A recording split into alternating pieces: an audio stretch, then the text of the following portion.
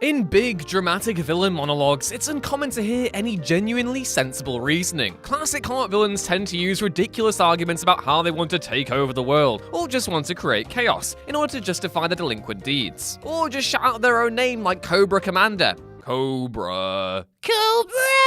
Even when superheroes are briefly the villain of a specific story, they quickly trade in their understandable rhetoric for barely decipherable posturing, seemingly picked from the same bad list of motivations their former opponents pulled from. This is exactly why it's so interesting to find a villain whose motivations actually sorta make sense. A surprising number of rogues have at least a basic argument that actually is kind of right, and seeing them do the wrong things for the right reasons creates a much more thought-provoking character than one that simply does evil just because. It's also significantly more unnerving because you find yourself relating to a person who is doing terrible, terrible things, which is exactly what you want when you're trying to create an engaging comic. So, in the spirit of looking at our favorite heroes and saying in one singular voice, actually, I'm Ewan from War Culture, and here are 10 comic villains who are right all along.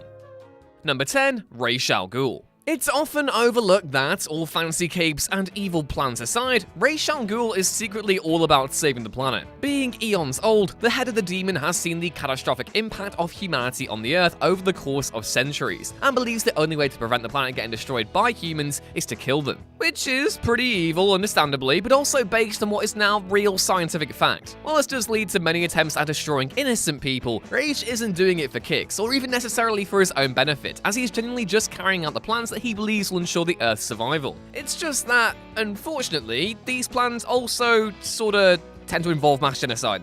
Woo, it sounds so less worse when you say it really quickly. Tragically, if Ra's were to only have got into his love of science, he would have probably worked with various governments to try and find other methods to minimize humanity's ecological impact. As it is, he went down the assassin route, so he's pretty much locked into having to kill half the planet to save the world forever now.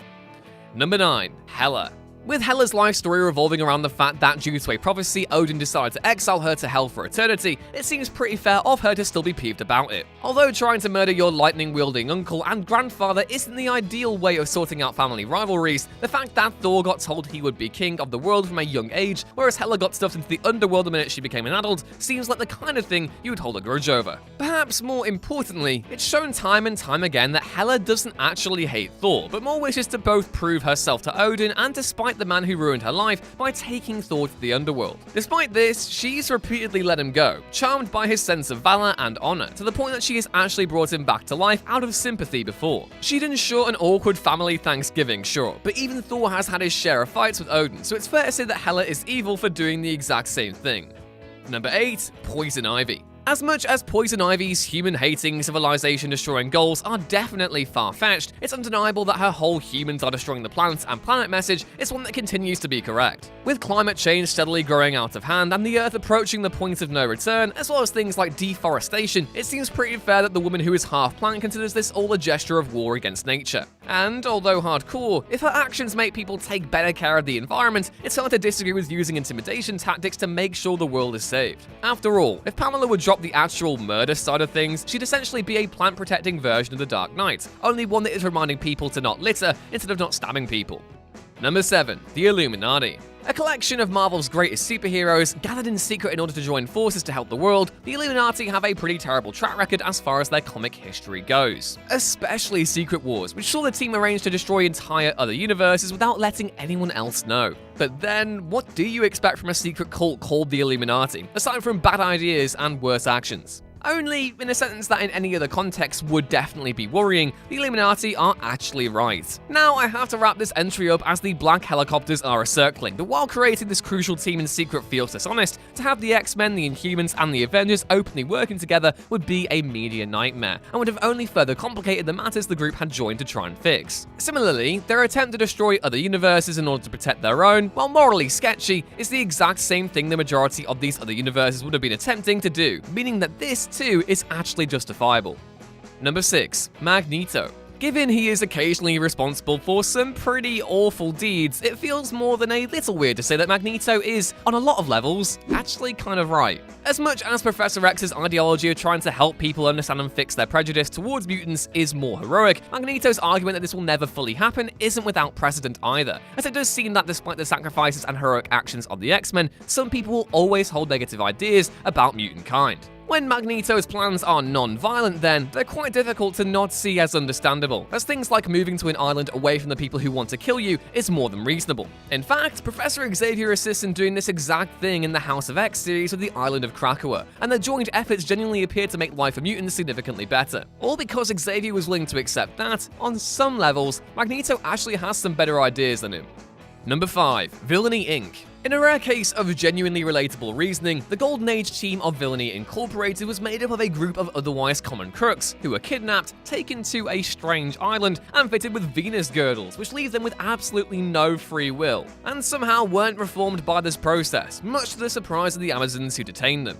As such, it's perhaps completely unsurprising that, after being freed from this Clockwork Orange-esque scenario, the villains become much worse. After all, they now know that the good guys essentially use brain control on anyone they don't agree with, which makes the supposedly heroic Amazons seem distinctly evil. It's pretty hard to blame someone for holding a grudge against the person who held them mind-controlled and against their will, meaning that all the team's attempts to fight the Amazons after this are arguably justifiable, as Wonder Woman's warriors are basically committing war crimes on the sly.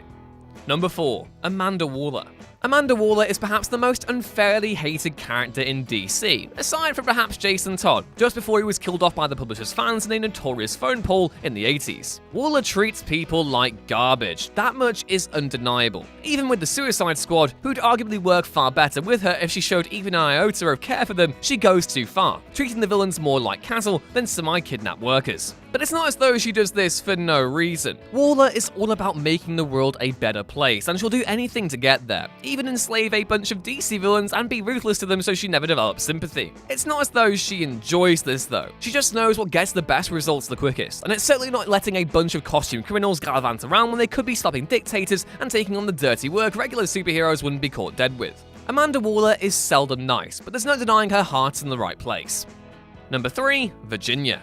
After Vision's wife had killed Victor Mancha, the Grim Reaper, and Leon Kinski, it seems reasonably fair to say she has started to inadvertently become one of the biggest villains of Tom King's Vision series. But Virginia is also perhaps one of the best examples of how well-meaning terrible acts can be, as everything she does is in order to protect her family, who are repeatedly threatened by those who fear their robotic capabilities. Her murder of the Reaper is accidental, her murder of Kinski is only after he says he will kill all of the family, and her murder of Victor Mancha, most tragically, is because she knows Vision will kill him otherwise, and after he does so, the whole family will be seen as dangerous and shut down, whereas Virginia can claim to be a rogue agent. This leads to the single most heartbreaking scene in the entire series, where the android mother confesses all of her crimes in detail in order to keep her family safe.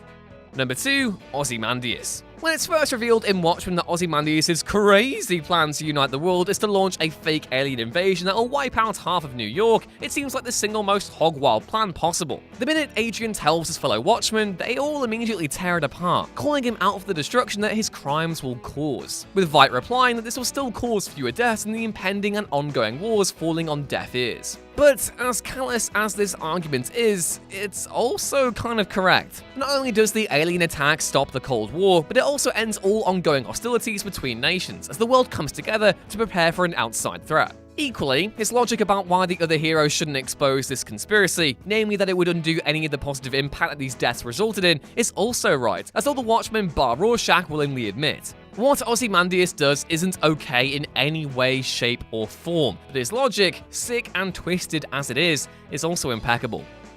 And number 1, Colonel Jonas. As the villain of the main Damage series, you'd expect that Colonel Jonas would be the archetypal evil government operative figure. After all, Ethan is clearly unwillingly made into the monstrous Damage by her in the start, so she must be the bad guy, right? Only we find out Ethan agreed to become Damaged, knowing that this would mean he'd have to be watched almost permanently to make sure he didn't run rampant. And so, Colonel Jonas is considered a villain for not wanting a destructive Grey Hulk rampaging around without some kind of guidance? As much as this is made out to be somehow evil of her, it seems pretty fair to want to know where the man who could total a city is at any given time. Worse yet, issue 7 of Damage reveals that Jonas has been working with the Damage Project after an explosion put her husband in a coma and lost her an eye, which also means that she's entirely motivated by making sure that similar fates don't happen to other people, all of which is pretty hard to not consider an understandable motive. And that was our list. Are there any other villains out there who you think have a point? Let us know in the comments below, and please don't forget to like, share, and subscribe if you haven't done so already. Find more lists and articles like this on whatculture.com/comics, more of me on Twitter at @YouRuinsThings, and more stories like this within the walls of your favorite comic book store. Bye!